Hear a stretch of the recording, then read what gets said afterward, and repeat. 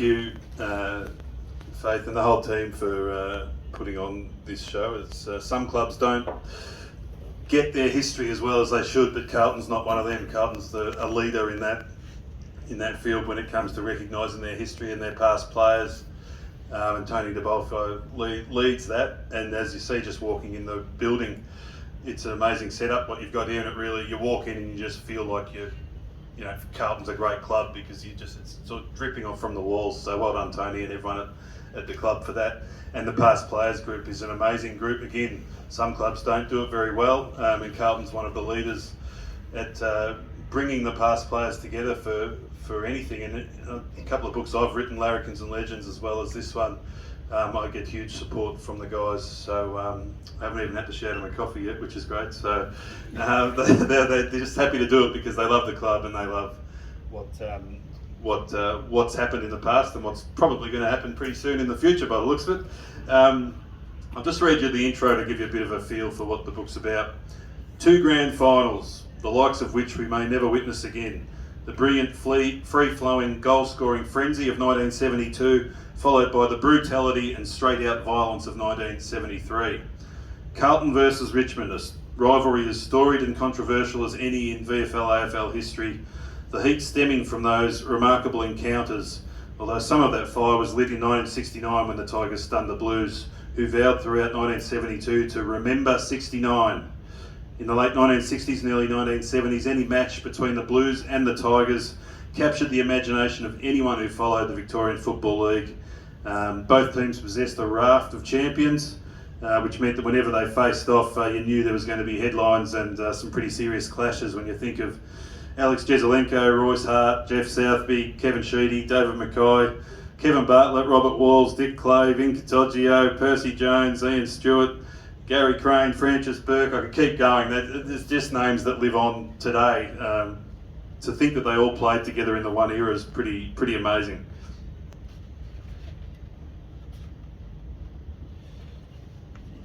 You also had the coaches, Tom Hafey at Punt Road, Ron Barassi and John Nichols at Princess Park.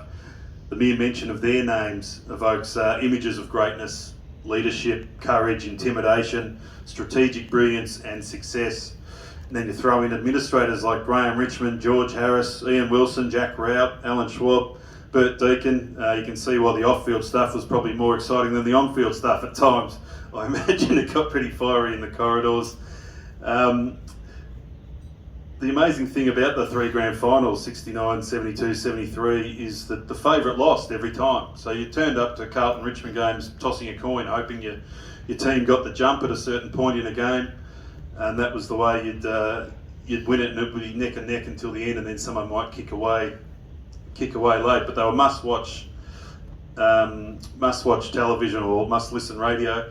And I grew up as a kid fascinated by the history of the game, all clubs' history, and when they do the grand final marathons every year, they'd put on the highlights of 1970, obviously, and then you'd get some 72, and you're watching these guys. There's no defence. I don't think anyone, Geoff, I don't know if you were doing much down there in defence, but 72 was just back and forward, wasn't it? It was unbelievable. I think you got a major neck massage the next day from watching these goals go over heads all the time, but it was an amazing game. So that sort of blew me away as a kid. And then the following year, we know what happened there with Richmond and the fiery incidents that took place. So you're sort of captivated by what was going on. And when I did my PhD a few years ago, I did it on Alex Jesaulenko, which was a pretty cool subject to. So I'm a doctor of Jezza, if that's the best way to look at it. And so I interviewed a lot of the guys from the 72, 73 era, and it was during that I realised that there's a lot more to this story that hasn't been told. And we hear a lot about 1970 for all the right reasons, but 72 maybe just gets overshadowed a bit because of the greatness of 1970. So to be able to delve into the stories behind that was something I really wanted to do. And then I thought, let's not just look at one side of it, let's look at what the other team was doing at the same time and see how they were able to come together to produce what they did on those famous grand final days. And we're going to hear some stories shortly about what went on, which was amazing. So to sit down with Jezza, to sit down with these 4 guys, to sit down with Ian Robertson, and I couldn't get Bruce Dool. I tried. I think everyone tried Dooley for me. I've got a voice message on my phone actually from Dooley. This was for my Larrikins book, and I think Geoff Southby had actually teed it up, and he said, Bruce is going to ring you tomorrow, so stand by your phone. And you can imagine how excited I was. So I literally sat near the phone all day. And at 5 o'clock, I was busting for the toilet. So I nicked off for 2 minutes. I come back, there's a message on my phone. It's from Bruce saying, I've had to think about it and I don't want to be interviewed. So those words went in the book. At least I got something in there. But so Bruce was a bit hard, but most of the others were fantastic. And I even got to go down and chat with the great Brent Croswell. And there's a lot of stories in here from Brent that he's never told before. And we become so close. He's now the godfather of my 6-year-old son. So that's pretty cool as well. So Brent's like Ace Ventura down there in Tassie. He's a crazy man, but some amazing stories. So there's some lot of never before told stuff, and even Vinny's stories as well. Vinny will talk about his amazing rise to stardom in the first 4 games of grand final, which is unbelievable. And to hear Vinny's story of how that happened, and then the aftermath, and having to pick himself back up, that in itself I think is a fantastic. One of my favourite parts of the book, actually. So there's a lot of stories I want to share with you. I won't go on anymore, but big thank you to everyone for coming along. And I know the Blues are a great supporter, but I'm going to do a bit of a Q&A with everyone, which I think you'll really enjoy.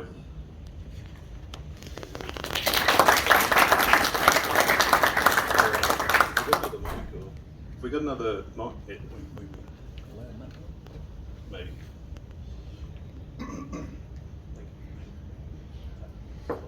Vin, I'll start with you, mate.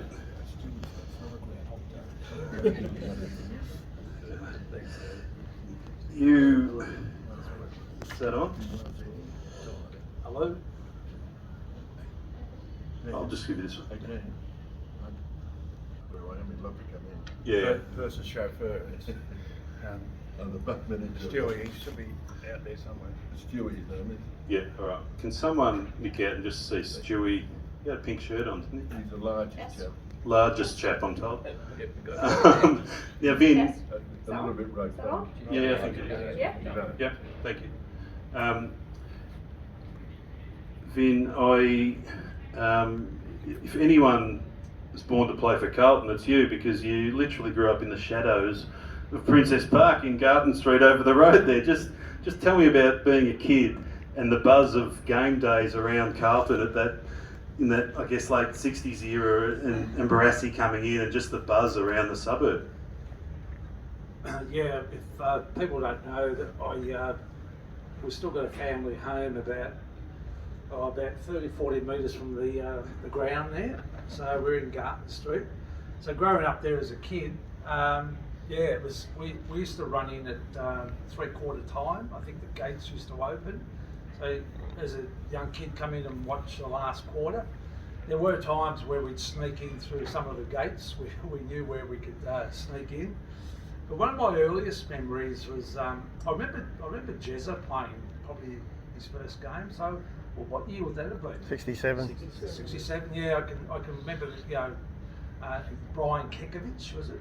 Yep. Brian Kekovich. Yeah, sort of. So I can remember these guys.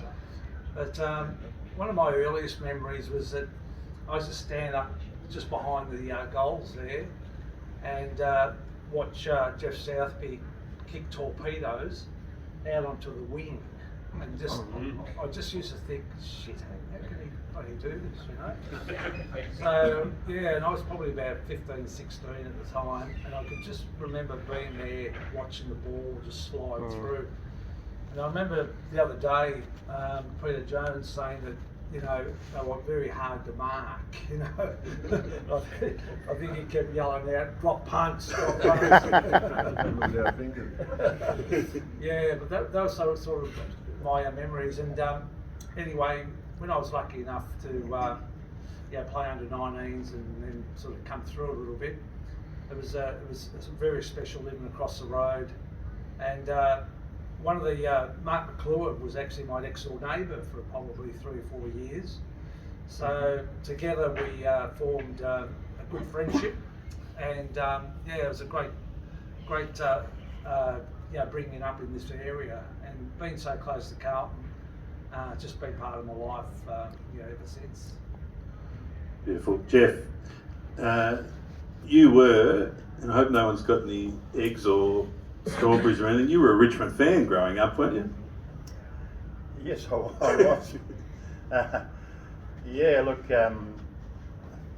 growing up in Bendigo, and I followed Sandhurst in the Bendigo League, was my family team at the time, and we didn't have a Melbourne team or a VFL team at the time, and I used to go and watch Freddie Swift play football for Sandhurst, and what a brilliant player he was, and I used to admire his kicking. He used to kick the big drop kicks to the wing,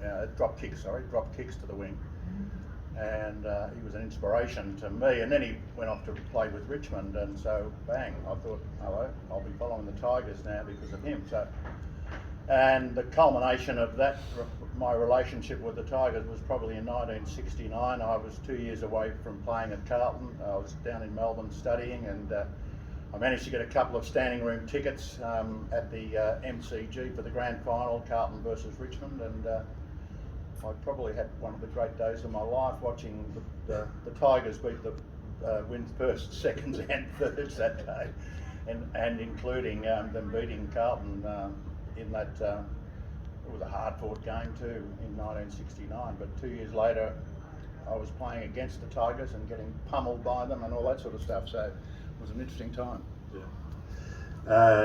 Percy, you come in from Tasmania and you're understudy to John Nichols for the first few years of your time here. Just what was it like learning off Big Nick, or did he teach you much? Oh yeah, he was excellent, because he was a magnificent player, and I was lurking up in the forward pocket, but I was told I had to kick goals, and I tried my best there. Luckily, I was up there with Alex, and Alex was always handballing out the top, and I was lurking at the goal square, so I was on the end of a few easy goals, but it was good. And Nick was always fair. He shared it half and half, and he was a true leader, Big Nick, true leader. Yeah. And then, when I had the opportunity to be in the grand final, and when he offered me the chance of being the first ruck, and that was fantastic. Yeah. Dave, what was it like coming in, and you come in '69, you play a few games but not in the grand final. What was it like to be around Barassi during the peak of his time there? How intimidating was he, or were you a shy guy from the country who didn't say boo, and suddenly Brass's army sergeant type stuff? No, I didn't find him intimidating. He was quite inspirational. In fact, it was a very exciting time to be at Carlton, because if there were ever any entertainers in Melbourne, Percy remember that, we'd find them in the Carlton rooms on a Thursday night. So it was a really exciting time to be involved. But he was a great coach. He had a brilliant ability to get the best out of players like at one level Bruce Doyle, who's very quiet, and Ragsy Gould on the other hand is quite the opposite. To be able to get a team of individuals to play together as a team, particularly in the games that really counted, I think was Baras's biggest strength. And he was, I think he was the best coach I ever had. I suppose I was more impressionable when he came, but I just thought his commitment to football, his commitment to fairness. He was brought up by the Norm Smith rules. I think he introduced the first time I'd ever heard of team rules. They were just basic things like 4 out of 5 hit the ground, run to defend, run to attack, attack direct, defend wide. 4 out of 5 balls hit the ground. And he also used to say, I don't mind you making mistakes, but I don't want to see you make the same mistake twice. So he was really helpful to young players in giving them that sort of encouragement to show a bit of flair, and I really admired him as a coach. I thought he was fantastic, and in some ways he was the father of modern Carlton, because some of the things that he and Jack Rowd and George Harris introduced lived on long after all three of those were gone. Dave, again, you must have enjoyed, or you other three probably enjoyed it too, watching kick to kick at training when you would have had McKay, Croswell, Jezza. Who else would have been jumping on heads? It must have been more exciting watching the marks at training than on game day. it was the best part. I used to get here early. I used to love kick to kick here. It was fantastic, and I'd always make sure I was up the opposite end to Ian Robertson. He kicked the most magnificent drop kicks of all time, and drop kicks compared to all other kicks, particularly torpedoes, travelled true and straight, and you could run at a drop kick and know that it was going to travel very true. And Robbo was just an absolute master at that.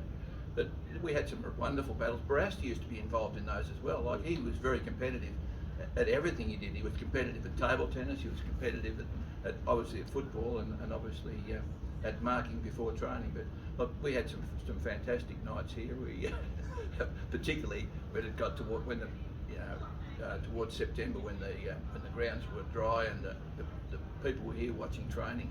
I think we used to really lay it on at training, put plenty of mayo on it. Yeah. It was unfair though at times, because they just, Crosby and Swan used to just jump all over us, so we got to the stage where it was just Crosby and Swan at one end and the rest of the group at the other end. Hey, Perce, Yes. the difference between the Carlton-Collingwood rivalry and the Carlton-Richmond rivalry, was there a difference in... I've heard that you could be okay with being mates with the Collingwood blokes, but you couldn't with the Richmond blokes. Was there a different sort of rivalry? Oh yeah, the Pies were, they were okay because we could handle them. We were able to beat them, most of them. But the Tigers, they were hard to beat. They were always hard to beat. Many times we were up by a long way and they rolled us. And when they made the four in 1969, they came from fourth and at the end of the home we were on top and they were fourth. And they just scrambled in on percentage against us out here when we were about 8 goals up at half time, and they rolled it. And then they came on and beat us in the grand final of '69. That was really the start of it then. And when the hate really came in. We hated their guns. And they were, Sheedy and all that bullshit. They weren't nice people. Wonderful dancer though. He was a great dancer. Non-drinker, he was one of those. So. He wouldn't have been invited up to Nick's nightclub, Sheeds, No, I reckon. No. Geoff, Southby, you come into a team that's just won the premiership in 1970, very famous premiership. I'm trying to think who full-back was. Kevin Hall, was it? Or Wes Lofts didn't play in the grand? He did. So how did you go fitting into this star-studded team? Well, I was pretty lucky because the opportunity came up big time because Wes Lofts decided to retire, so there was a spot available, and so sometimes it's all about opportunity, and I was lucky. I'd had a pretty good pre-season and playing in pretty good form, and so I got the opportunity to play right from the word go in the first round of 1971. And so, and it was a privilege to play under Barassi, as it turned out at the time. That was his last season as coach at Carlton, 1971. So, it was great to play under one of the great icons of Australian football. And you actually, there's a famous photo of you in '71, second last round out at Junction Oval, I think, where you're in the fog. Yes.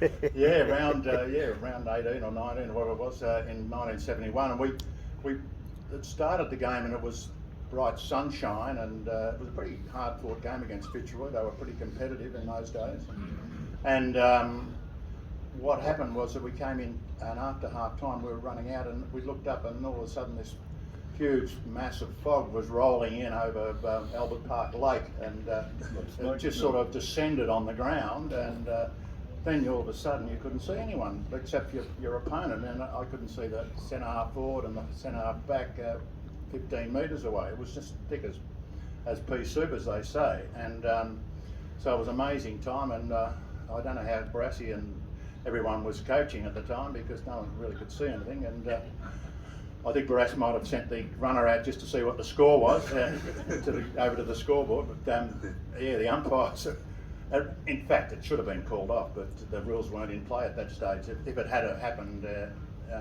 in the last 30 years, they would have called the game off, but in the end we got beaten Must have been the home ground advantage or something of Fitzroy, and we missed out on the final four. I think final 4 or 5, what it was in 1971. So just sorry for butting in. I was actually there that day. yeah.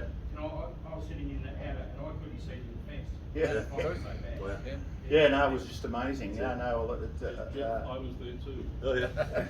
and that famous photo of me and Paul Shanahan. Paul Shanahan, I think, is now passed, but yeah, it was just we were going like this, and the photo's taken from behind, straight up the ground. You couldn't see anyone else but those two. I've heard you say you were best on ground that day, but no one saw it, Geoff. So I don't know if that's true or not. Hey Vin, you so that early '70s period, you're starting to be around the club with the under-19s and the reserves, and Jezza was your hero, wasn't he? What was it like to walk into the rooms and meet the great man who you're probably collecting footy cards that year when you walk in? We used to play just over the couple of ovals down the road there. We used to finish at 12 o'clock. It was playing under 17s. There'd be a group of us. We'd put our jeans on, our jumpers, and we'd race up to start to watch the reserves, and then watch the seniors. And we're all there's about probably 6 of us, and we all had number 25 on our backs. So yeah, Jezza was our idol. There was about 5 or 6 of us. So yeah, grew up loving Jezza, and I reckon I got his autograph 20 or 30 times. And I remember when I sort of came up from the under 19s, and you know, sort of like you looked at me to probably think, well, I think I've seen you before, you know, getting autographs, and as I said, you know, these guys here were my heroes as well. But particularly with Jezza, to have his number on the back and to idolise him, and then to have that opportunity many years later to actually play alongside him was probably, you know, just an honour, you know.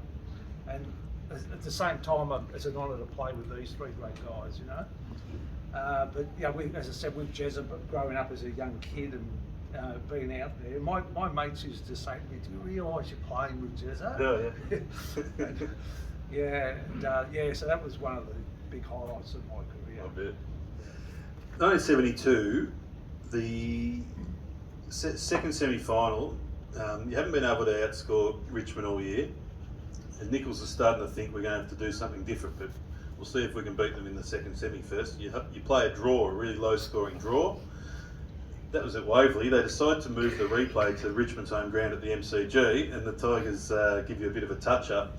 I was speaking with Robert Walls, who said you turn up here on the Sunday feeling as low as anything, expecting a bit of a spray from Nick, but it was the opposite, wasn't it? And the speech he gave you all pretty much sets you up for the premiership, because it just turns your mindset around. Maybe Dave, do you want to speak on that? Just how significant was that Sunday after getting thumped the day before? Well, I think that's probably the best, the truest thing about a coach is not how well you coach when the side's going well. It's what you do when the side's struggling. And Nick certainly snapped us out of our lethargy there. And but I think it was a fantastic idea of his to go out all out attacking against Richmond, play them at their own game. And he made the absolute masterstroke when he decided that he'd play in the forward pocket and gave Percy the mantle at the first ruck, as you mentioned earlier. Percy played on Craig McKellar, who had a really good year, and you know, we thought that he was a bit of a nemesis as well.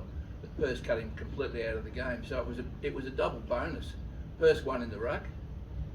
Nick, Jezza and Wolsey kicked 7, 6 and 6 in an absolute shootout, and that was Nichols' idea to play all out attacking, and it worked incredibly well. And it all goes down to Nick's forethought, because you know, we could have wallowed in it and gone out half baked the next week, but Nick gave us a new sense of purpose, changed the side around, and everything worked like clockwork.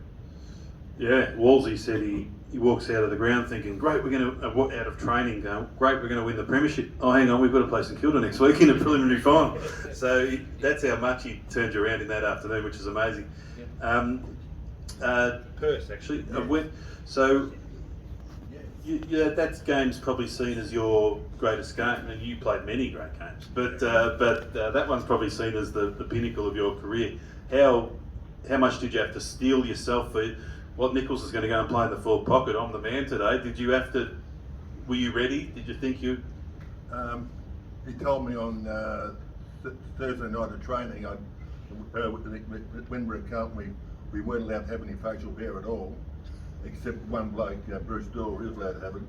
You know, we had to have sideboards up here, but it was nearly the end of the year. I was allowed to grow moustache. I was leading into an off-season moustache, like everyone used to have a part of moustache, you know, to be a tiger lily. Everyone wanted to be a lily over the shirt, you know, old running in.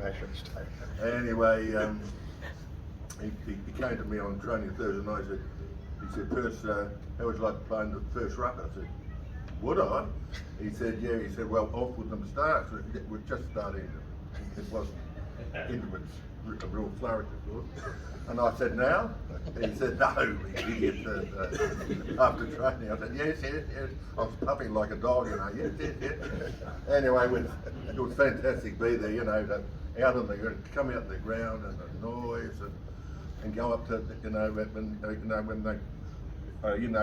when they ended up doing the toss, and it was the firm ground was October. It was hard as a rock in the middle of the ground, and they bounced the ball. And I was sitting there, and I saw my opposition. He was about 80 yards away. I thought it was a fast bowler again, a little blue coming. It was Craig McKellar from 80 yards away with a hard bounce. Anyway, he bounced the ball. They went about 50 yards there, but anyway, it was on.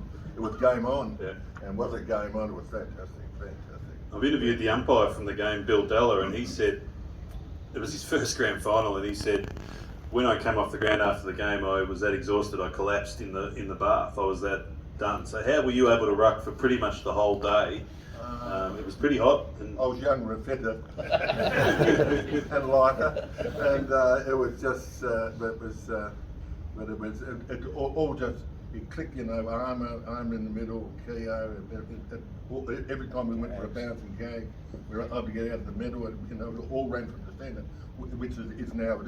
If you're able to get the ball out of the centre, it's almost game over. It was good anyway. So all our Armstrong played a fantastic game, Keo and Gags. That, you know, they were our main instigators. Then of course Wolsey was fantastic. But then the year after, we had the injuries to Armstrong and Keogh. No Rovers at all, and they had to pull in a poor little 18-year-old boy from Italy.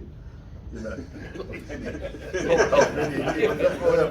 I kept looking at him and said, "You poor bastard." I said, "It'll be good. Don't worry. There's only 120,000 people."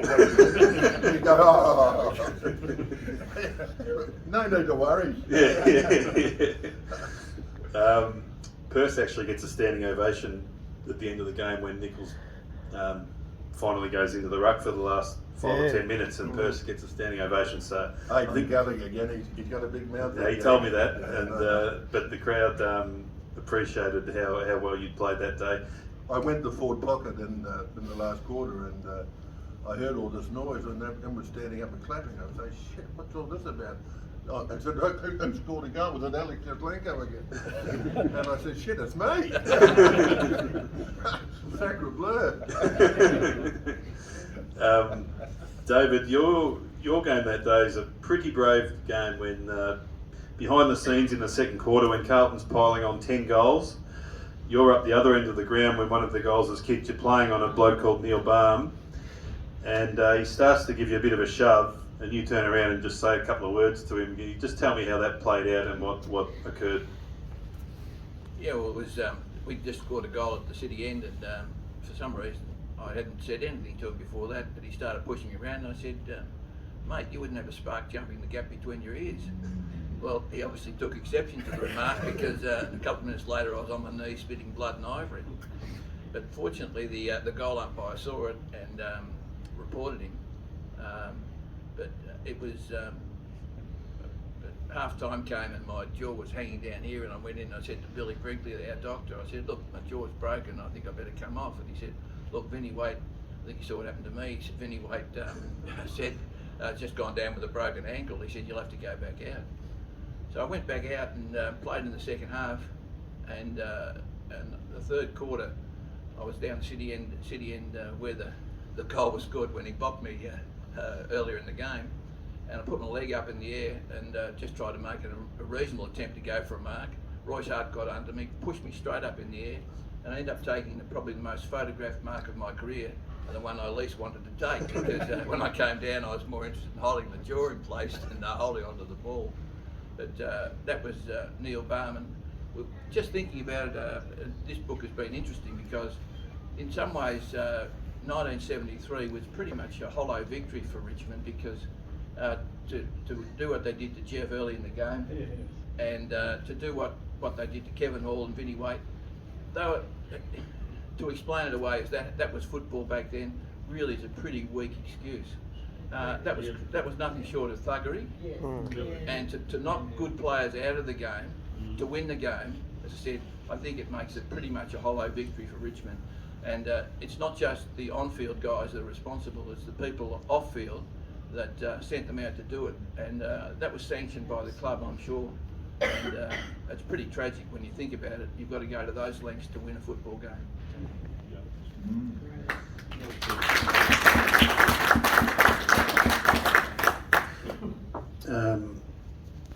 So you literally had to have your jaw wired, didn't you? And you had to go through a fair bit of post-footy trauma to get over it in a way, didn't you, physically? Yeah, look, the worst part about it was as soon as the game finished, I ran straight off the ground, had a shower, got in my car. I think there was no one else in the room. Went straight to St Vincent's. Drove himself. Yeah, drove himself to St Vincent's. And, when I was in the hospital, they x-rayed it and said, yeah, your jaw's broken. I said, I already know that. But they said, well, look, we can't do much. You'll have to wait until early next week. You'll have to get your jaw wired together. And when I had when that happened, that was the most pain I'd ever felt, because my jaw had started to heal, and then the day after my jaw was wired together, it just ached for 24 hours solid. So I've had a lifetime of dental repairs. Like Geoff's had the same thing, and Neil Baum got 2 weeks. Geoff, you played in 72, 79 premierships, and you've seen so many others. Where does 72 sit amongst, you've seen 70 from afar, you've been a part of a few others, you've seen 95, you've seen all that. Where does 72 rank amongst all the Carlton flags? Oh, look, first of all, welcome to Andy Lukas over there. Oh. Great to see you. Well done, Andy. Yeah, Andy played in the 72 premiership team, and he started on the bench, came on and did some very serviceable stuff towards the end. So he shared in the spoils of 72, which was an unbelievable game for me, because my first premiership, and as Swan said before, I think it was one of those days when just about every Carlton player was in the zone, and so we were ready, and we came out to play that day, and everything just fell into place. And the magnificence of the goal kicking of Nichols and Jezelenko and Walls, combined with Trevor Keogh giving Sheedy a bath on the half when he played on the half forward flank, and the midfield and ruck work of Percy and Gags and Armour, all those guys at the time, combined with Bruce Doole's eclipsing of Royce Hart. Yeah, she was a very special day. So one that has been the highlight of my career, basically. Andy, I'm going to ask you a question, mate. Is that all right? Come up here. Thank you for coming. Well, it's only by chance I'm here today. Just brought the grandchildren and my daughter here. So You knew what was going on. You just brought that up. This is brilliant. Just tell me something about being part of that 72 team and being part of a premiership. You're there just the right time. Well, it was really. I didn't play many games with Carlton. I think it's about 33 or so. But I'd had a fairly good year in 72, and I think Nick trusted me a bit in the finish of it. And I was just there at the right time, playing reasonably good footy, and managed to slot in and played the 4 finals. I think 2 were on the bench and 2 of the other games, a drawn game there at Waverley against Richmond. So that was really great. Some good memories, and it's always one thing, no one can take it away from you. Exactly. And just what was it like playing here? Look, it was a great ground. It was sort of it was an easy ground to play on, even though it was very, very wide wings. And just the atmosphere was great. And in a way, I wish we still played football here nowadays, but that's not possible, of course. Yeah. Thank you, mate. Appreciate it. Thanks. Hope you can hang around. Oh, yeah? yeah. Yeah, good. We'll get some photos.